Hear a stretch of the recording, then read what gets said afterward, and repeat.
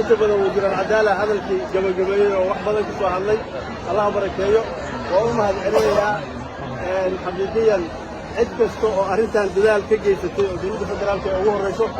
iyo shacabka soomaaliyeed ee gobolkan ku nool ama dhammaan guud ahaan soomaaliya ku nool oo wanaagga iyo samaanta jecel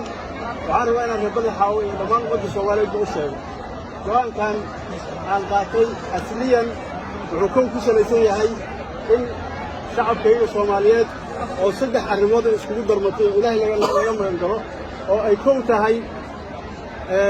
abaar xanuun iyo cudur inaan u naxno oo xaqiiqiyan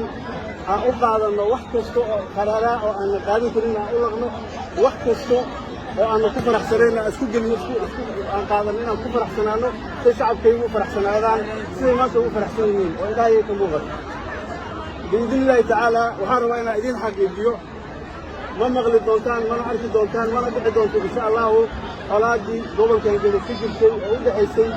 dowladda federaalka ah iyo dowlad goboleedka jubbaland faylkaas waan soo xirnay waana dhammaaday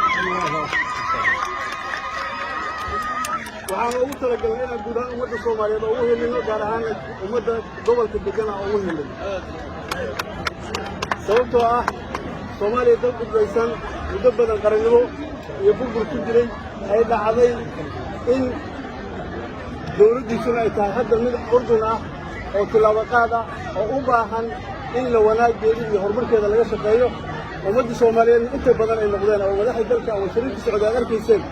inay dhacday in qofna qof isugu tanaasulin waxaan go'aansaday marka aniga shaksiyan qaybta aan dhibka ummadda soomaaliyeed ama siyaasadda ama wacyiga jiraan ooga ah inaan ka qaado